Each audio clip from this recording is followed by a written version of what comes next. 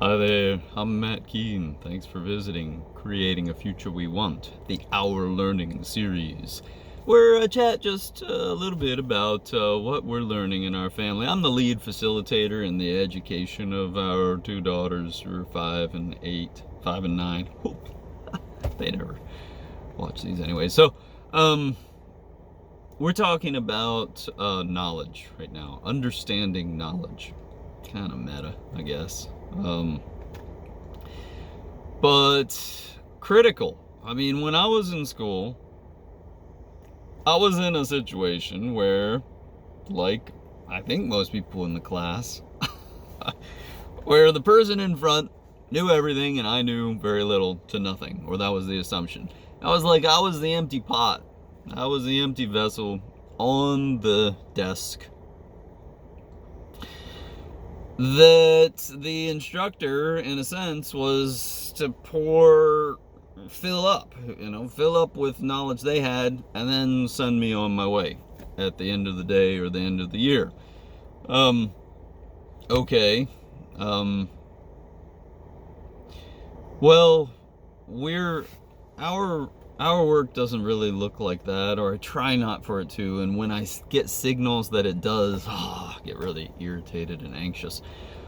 But I picked up a book by Paulo Freire a couple days ago, and so much of what he writes about is so much about how we're trying to do things, where there is no activity or endeavor that we would be calling learning or education that is not intended to be such that my teaching is their learning, and their learning is my teaching.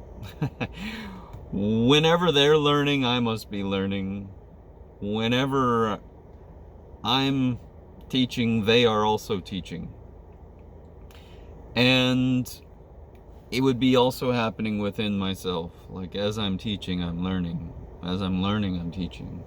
And with them, as they're absorbing, they're also emanating, creating. And, my challenge is to be insanely attentive to that throughout, and facilitating those praxis at that our learning praxis.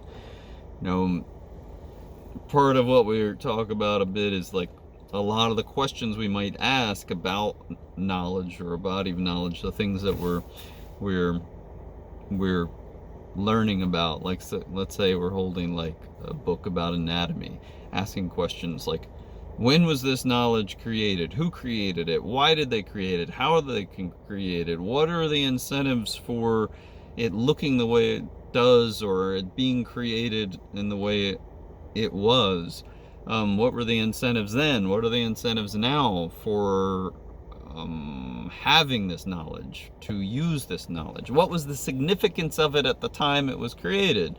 When you think about human anatomy, in that context, you could probably come up with some pretty interesting answers, and it would be evolving certainly over time. One of the critical things that we bring into all these discussions is, how do our values relate to knowledge and all of those questions? When I was learning, when I was in formal education, it is interesting to think, why was I learning what I was learning? Why were we learning any of this stuff? Is it just because people hadn't got around to changing the curriculum? Was it just tradition? Was it because whatever we did last year did not cause a catastrophe, so let's do it again this year? Was it because the teachers knew what the teachers knew and their teachers knew what they knew?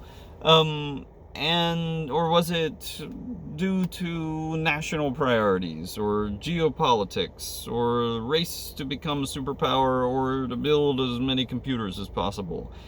Which knowledge was not created because of those priorities? Which things did we not investigate, or are not a part of our education?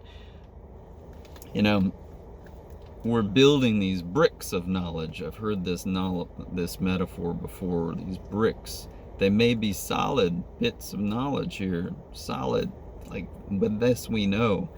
But put together, independent of our values, you might be coming up with an unstable structure, some structure that is not fit for purpose. These are some of the things that we're talking about. I'm Matt Keene. Thanks for visiting Creating a Future We Want, the Our Learning series. What's your vision for the future of knowledge?